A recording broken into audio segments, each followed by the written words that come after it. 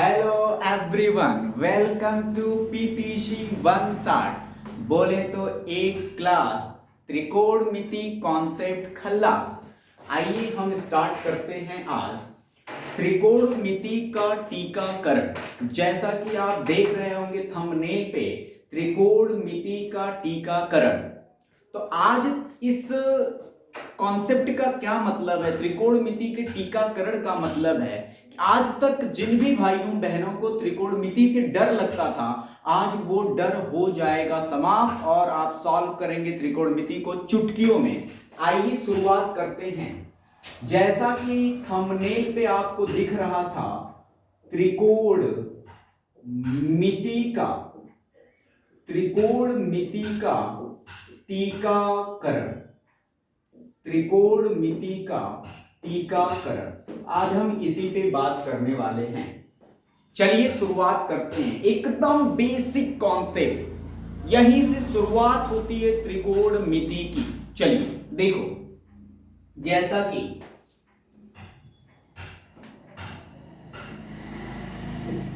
किसी समकोण त्रिभुज में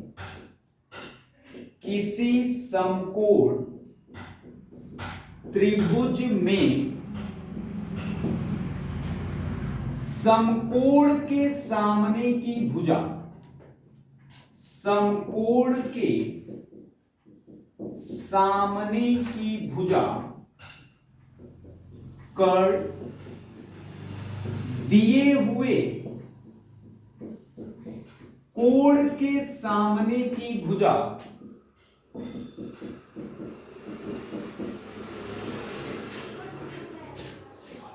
लंब तथा शेष तीसरी भुजा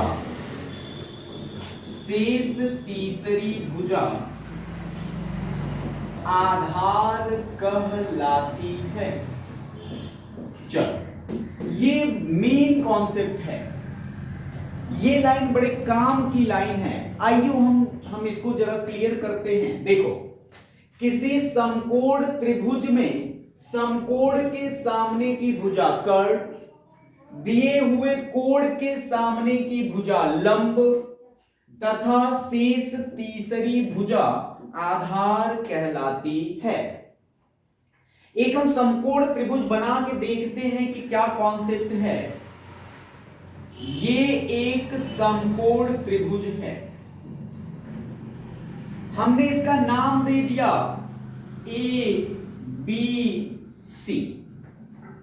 अब ये समकोण त्रिभुज में ये जो कोण है, यही कोण समकोण है।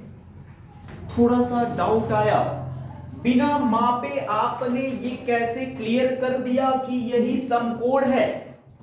तो मैं आपको बताना चाहूंगा, जब एक क्षैतिज रेखा पर एक ऊर्ध्वाधर रेखा आके मिलती है तो बना कोण 90 अंश होता है और इसी 90 अंश के कोण को समकोण कहा जाता है, राइट एंगल कहा जाता है। तो जैसा हमने लिखा है, किसी समकोण त्रिभुज में समकोण के सामने की भुजा कर्ण, मतलब यहां पे जो ये भुजा आपकी AC है, ये आपकी कर्ण है और इसे अंग्रेजी में हाइपोटिनस कहते हैं। अब जो अगला कॉन्सेप्ट है, दिए हुए कोण के सामने की भुजा लंब। अब थोड़ा सा यहां पे विशेष ध्यान देने की जरूरत है। दिया हुआ कोण, यहां पे समकोण को छोड़ दिया जाए तो दो कोण हैं, एक आपका कोण C और एक आपका कोण A। तो समझिएगा थोड़ी बारीकी से। अगर हम कोण C की बात करेंगे तो ये भुजा आपकी क्या हो जाएगी? लंब, परपेंडिकुलर। ये भुजा आपकी हो जाएगी लंब, परपेंडिकुलर। शेष तीसरी भुजा आधार कहलाती है, तो ये भुजा आपकी हो जाएगी आधार। अब थोड़ा सा बात को समझते हैं। ये कर्ण हो गया, लंब हो गया, आधार हो गया भाई। अब देखो, ये जो कर्ण है ये फिक्स होता है, ये भुजा आपकी कभी भी बदलेगी नहीं। लेकिन ये जो भुजा आपकी लंब है ये आधार भी हो सकती है, और ये जो भुजा आधार है ये लंब भी हो सकती है। लेकिन कब?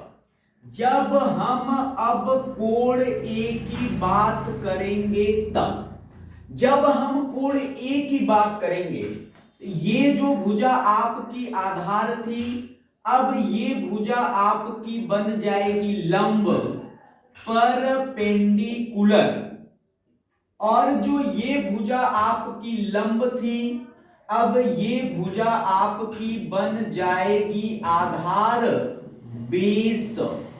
आई होप्स ये कॉन्सेप्ट आपको समझ में आ गया होगा कि किसी समकोण त्रिभुज में समकोण के सामने की भुजा कर्ण, दिए हुए कोण के सामने की भुजा लंब तथा शेष तीसरी भुजा आधार कहलाती है।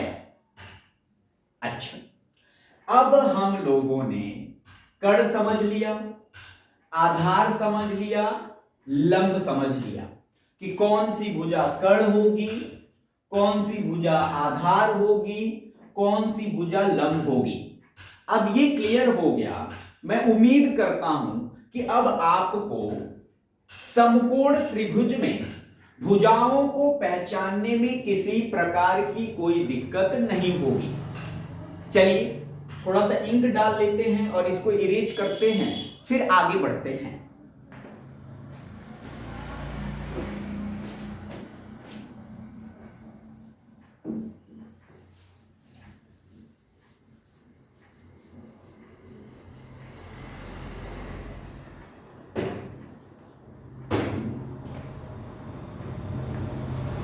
अब हम आगे की बात करेंगे कि यदि समकोण त्रिभुज की तीनों भुजाओं में से, यदि समकोण त्रिभुज की तीनों भुजाओं में से कोई दो भुजा ज्ञात हो और एक भुजा अज्ञात हो तो, ध्यान दीजिएगा, यदि समकोण त्रिभुज के तीनों भुजाओं में से कोई दो भुजा ज्ञात हो और एक भुजा अज्ञात हो तो, आइए समकोण त्रिभुज के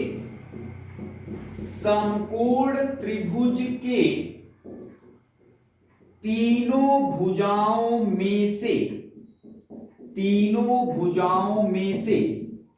कोई दो भुजा ज्ञात हो और एक भुजा अज्ञात हो तब।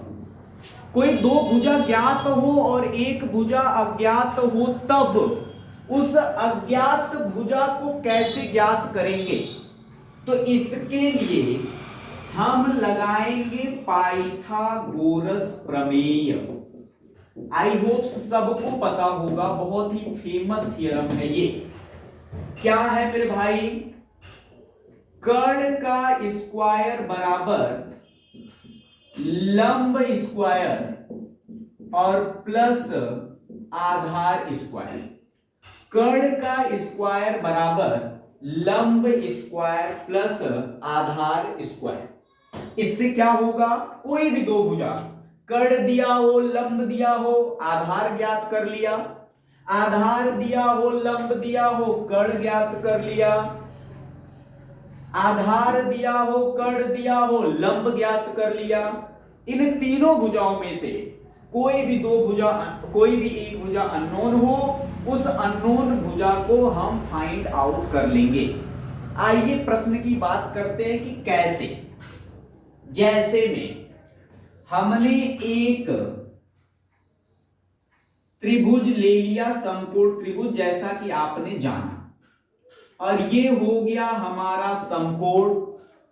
हमने कह दिया ए, बी और सी। और हमने दे दिया कोण सी, और हमने कोण सी को क्या मान लिया मेरे भाई, थीटा। अच्छा, अब ये भुजा दी हुई है मेरे भैया 4 और ये भुजा दी हुई है 3। अब यहां पे हमें कर्ण क्या करना है, ज्ञात करना है। अब जैसा कि मैंने आप लोग को बताया कि समकोण त्रिभुज में समकोण के सामने की भुजा कर्ण, तब आपके दिमाग में आया कि भैया कर्ण को क्या करना है, फाइंड आउट करना है। दिए हुए कोण के सामने की भुजा लंब, मतलब जो लंब दिया है वो कितना दिया हुआ है, 3 दिया हुआ है। तो जब ये कर्ण हो गया, ये लंब हो गया, तो ये क्या हुआ, आधार हुआ। तो आधार बराबर दिया हुआ है आपका 4। चलो, लंब पता, आधार पता, कर्ण लापता, क्या होगा, पाइथागोरस प्रमेय। कर्ण का स्क्वायर बराबर लंब का स्क्वायर प्लस आधार का स्क्वायर। चलो भैया, लंब 3 का स्क्वायर, आधार 4 का स्क्वायर, 3 त्रिका 9, 4 चौको 16, 16 9 कितना हुआ, 25। तो भैया कर्ण स्क्वायर बराबर क्या हुआ, 25। हमें निकालना क्या था, कर्ण। अब देखो, सबको पता है भैया जब स्क्वायर जाएगा तो वैल्यू कहां आ जाएगी, करड़ी में आ जाएगी। करड़ी में 25 बोले तो 5 गुणे 5, पेयर बन गया मेरे भाई, तो क्या हो जाएगा, 5। लो, कर्ण कितना हो गया, 5। तो ये हमने कर लिया पाइथागोरस प्रमेय। कर्ण का स्क्वायर बराबर लंब का स्क्वायर प्लस आधार का स्क्वायर। आई होप ये बातें आपको समझ में आई होंगी। चलिए, अब हम बढ़ते हैं आगे और अब हम बात करेंगे कुछ त्रिकोणमितीय अनुपात के बारे में कि भैया त्रिकोणमितीय अनुपात क्या होता है। यहां तक चीजें एकदम क्लियर हैं। कॉपी पेन ले लीजिए, नोट्स बनाते रहिएगा ताकि और चीजें क्लियर होती रहेंगी। कहीं भी किसी प्रकार का आपको डाउट लगता है, कमेंट्स में आप कमेंट करें, वो डाउट का सलूशन आपको दे दिया जाएगा। चलो मेरे भाई, अब हम आगे बढ़ते हैं। अब आगे हम बात करेंगे त्रिकोणमितीय अनुपात के बारे में। चलो देखो, त्रिकोणमितीय अनुपात के बारे में, ट्रिग्नोमेट्री रेशियो, ध्यान दीजिएगा मेरे भाई। त्रिकोणमितीय अनुपात, त्रिकोणमितीय अनुपात के बारे में हम बात करेंगे। ट्रिग्नोमेट्री रेशियो, ट्रिग्नोमेट्री रेशियो, बस ध्यान से देखते जाइए। आज के बाद ट्रिग्नोमेट्री की टेंशन फिनिश। चलो मेरे भाई देखो, अब ये त्रिकोणमितीय अनुपात क्या है। देखो, मेनली हमें 3 चीजों को ट्रिग्नोमेट्री पढ़ना। मेनली एक मेरे भाई हम डिस्कस करेंगे किसके बारे में, साइन के बारे में। दूसरा हम डिस्कस करेंगे किसके बारे में, कॉस के बारे में। और तीसरा हम डिस्कस करेंगे भैया किसके बारे में, टैन के बारे में। तो साइन, कॉस और टैन। अच्छा, कुछ बच्चे कंफ्यूज कि सर आपने इसके साथ थीटा क्यों नहीं लगाया। भाई क्या जरूरी है थीटा, हो सकता है अल्फा, हो सकता है बीटा, हो सकता है नीटा, वो डिपेंड करता है कि हमने कोण को क्या लिया है। लेकिन बहुतायत थीटा को ही हम प्रयोग करते हुए आ रहे हैं, तो इसलिए हम लिख देते हैं मेरे भाई थीटा, ताकि ना आपको समस्या हो ना मुझे समस्या हो। लेकिन ये बात ध्यान में रखिएगा, थीटा के अलावा अल्फा, बीटा, गामा, नीटा कुछ भी हो सकता है जो कि हमने माना है। चलिए अब मेरे भाई आओ, अब ये साइन थीटा क्या है, तो भैया आपको याद रख लेना कि ये जो साइन थीटा है ये त्रिकोणमितीय अनुपात है, और ये साइन थीटा, ये कास थीटा और ये टैन थीटा हमें क्या बताएगा, ये हमें समकोण त्रिभुज के भुजाओं का इनसे क्या संबंध है? चलिए, तो साइन थीटा बराबर होता है मेरे भाई लंब बटा के कर्ण। क्या होता है? लंब बटा के कर्ण। लो भैया, कास थीटा बराबर होता है मेरे भैया आधार बटा के कर्ण, और टैन थीटा बराबर होता है मेरे भाई लंब बटा के आधार। कुछ बच्चे लंबगढ़ में कंफ्यूज हैं, वो भैया जाने परपेंडिकुलर, परपेंडिकुलर अपॉन हाइपोटिनस। आधार बोले तो बेस अपॉन हाइपोटिनस, और perpendicular upon hypotenuse, perpendicular upon hypotenuse. I hope यहां तक चीजें आपको क्लियर हुई होंगी। चलो मेरे भाई, लो बच्चा कंफ्यूज कि सर बड़ी कंफ्यूजन होगी, साइन में कॉस का बता दिए, कॉस में टेन का बता दिए, टेन में साइन का बता दिए। इस कंफ्यूजन को दूर करने के लिए भी एक छोटा सा उपाय, छोटा सा जुगाड़। क्या है वो जुगाड़? आइए देखते हैं। हम भैया याद रखेंगे लाल बटा के कक्का। लो भाई, यूपी बोर्ड वाले तो समझ गए, लाल बटे कक्का से यूपी बोर्ड वालों का काम हो गया। क्या हुआ? देखो, लाल बटे कक्का बोले तो L अपॉन के, ये किसके लिए यूज होगा? साइन थीटा के लिए। लंब बटा कर्ण बोले तो भैया A अपॉन के किसके लिए यूज होगा? कॉस थीटा के लिए। बोले तो L अपॉन के किसके लिए यूज होगा? टैन थीटा के लिए। लो भैया, अब सीबीएसई वाले परेशान कि सर लाल बटे कक्का का तो काम हो गया, अब हमारा परपेंडिकुलर बटे हाइपोटिनस, बेस बटे हाइपोटिनस, परपेंडिकुलर अपॉन हाइपोटिनस का काम कैसे होगा? भाई देखो, एक गलती हो गई है, थोड़ा सा मैं उसको सुधार देता हूं। ये परपेंडिकुलर अपॉन, गलती से मैंने आधार को हाइपोटिनस लिख दिया था, परपेंडिकुलर अपॉन बेस होगा, इसके लिए क्षमा करिएगा। वो भाई हो जाता है, मानवीय त्रुटि है और ऐसा हो जाता है, तो इसके लिए क्षमा चाहता हूं। अब भैया सीबीएसई वाले क्या करेंगे? तो सीबीएसई का भी उपाय ढूंढ निकाला और एक वर्ड निकाला भाई, याद कर लो, पाकिस्तान भूखा प्यासा और हिंदुस्तान हरा भरा।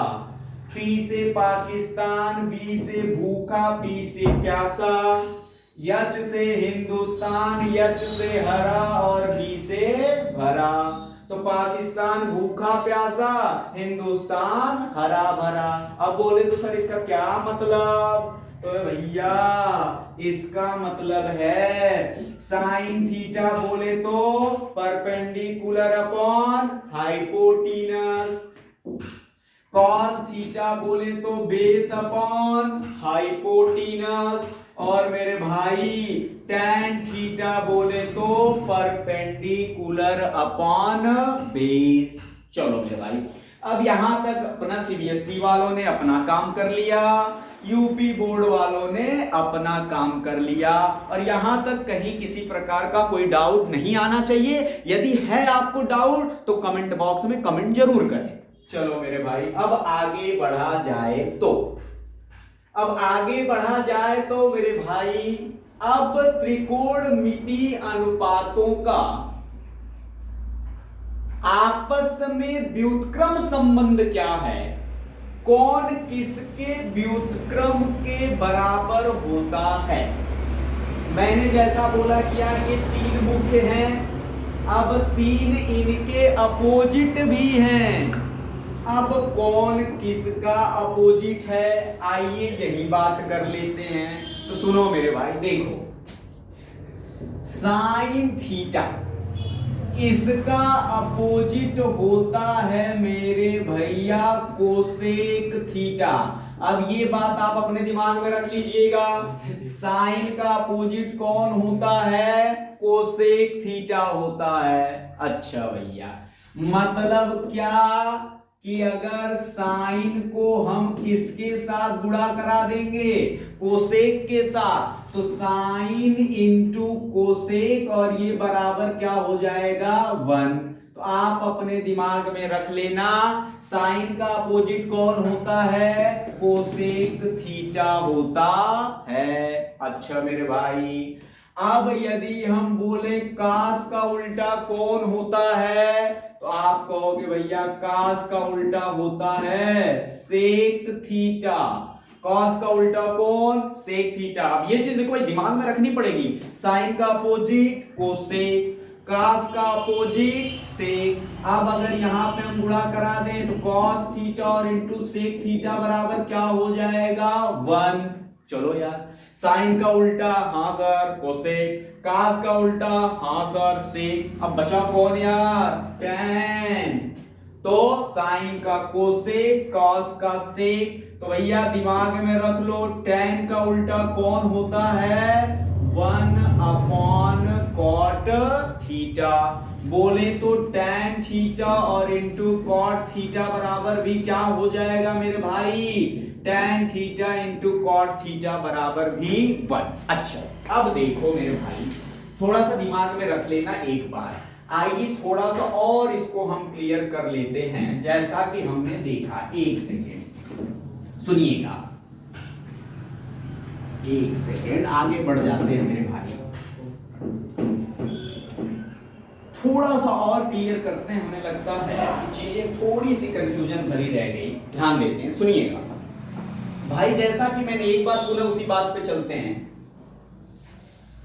साइन थीटा का अपोजिट होता है आपका मेरे भाई कोसेक थीटा, कॉस थीटा का अपोजिट होता है मेरे भाई सेक थीटा, और tan थीटा का अपोजिट होता है कॉट थीटा। अब इसका क्या मतलब है यार, देखो थोड़ा सा बैक पेज पे चले जाइए और देखिए, जब साइन का अपोजिट होता है कोसेक थीटा, तो हमने मेरे भाई जाना था साइन थीटा बराबर लंब बटा कर्ण। तो बताइए कोसेक थीटा बराबर क्या हो जाएगा, जब साइन था लंब बटा कर्ण, तो कोसेक क्या हो जाएगा मेरे भैया, कर्ण बटा के लंब। बोला जाए तो हाइपोटीनस अपॉन परपेंडिकुलर। अच्छा अब भैया कॉस का उल्टा होता है सेक, जब कॉस बराबर था आधार बटे कर्ण, तो बताओ मेरे भाई सेक बराबर क्या हो जाएगा, कर्ण बटे के आधार। भैया कॉस का उल्टा बोले तो हाइपोटीनस अपॉन बेस। और बात कर लिया जाए तो tan बराबर हमने क्या देखा था, लंब बटे आधार। तो भैया कॉट थीटा बराबर क्या हो जाएगा, आधार बटे के लंब। बोले तो बेस अपॉन परपेंडिकुलर। चलो और थोड़ा सा कॉन्सेप्ट आपको चाहिए, कुछ चीजें और निकल के आई थी बैक पेज पे। साइन थीटा और इंटू कोसेक थीटा बराबर क्या होता है 1। इसके पहले वाले पेज पे हमने किया था कॉस थीटा और इंटू सेक थीटा बराबर क्या होता है 1, और tan theta into cot theta बराबर क्या होता है 1। क्लियर है। चलिए एक बार थोड़ा सा ओरली, अब तक हमने क्या जाना ओरली हम सुन लेते हैं। हमने स्टार्ट किया, जैसे आज की टॉपिक थी मेरी त्रिकोणमिति का टीकाकरण, हमने स्टार्ट किया और मैंने बोला कि टीकाकरण कॉन्सेप्ट का क्या मतलब है, कि आज के बाद त्रिकोणमिति की झंझट समाप्त। हमने बोला स्टार्टिंग में, मैंने लिखा किसी समकोण त्रिभुज में समकोण के सामने की भुजा कर्ण, दिए हुए कोण के सामने की भुजा लंब तथा शेष तीसरी भुजा आधार कहलाती है। और जैसा कि हमने फिगर बनाया और आपको दिखाया, फिर उसके बाद हम आगे बढ़ गए और हमने आपको बताया कि यदि समकोण त्रिभुज की तीनों भुजाओं में से कोई दो भुजा ज्ञात हो, तीसरी भुजा अज्ञात हो, उस अज्ञात भुजा को ज्ञात करने के लिए हम क्या लगाएंगे? तो हमने बताया पाइथागोरस प्रमेय क्या होती है? कर्ण का स्क्वायर बराबर लंब का स्क्वायर प्लस आधार का स्क्वायर। और हमने एक क्वेश्चन लिया, कर्ण को लापता किया और लंब आधार को पता किया और लंब आधार की सहायता से कर्ण को पता किया। उसके बाद हम आगे बढ़ गए और हमने देखा त्रिकोणमितीय अनुपात। तो मैंने आपको बताया कुल 6 त्रिकोणमितीय अनुपात हैं, लेकिन इसमें से 3 मुख्य त्रिकोणमितीय अनुपात हैं।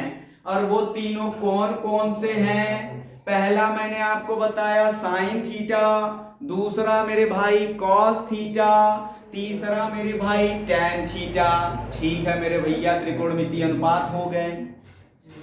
अब इन त्रिकोणमितीय अनुपात का समकोण त्रिभुज के भुजाओं से क्या संबंध होता है? तो मैंने बताया साइन थीटा बराबर लंब बटा कर्ण होता है, कॉस थीटा बराबर आधार बटा कर्ण होता है, टैन थीटा बराबर लंब बटा आधार होता है। बच्चे कंफ्यूज कि साइन का कॉस में हो जा रहा है, कॉस का टैन में। मैं बोला भैया इस समस्या की भी समाप्ति होगी, आप याद कर लो लाल बटे कक्का।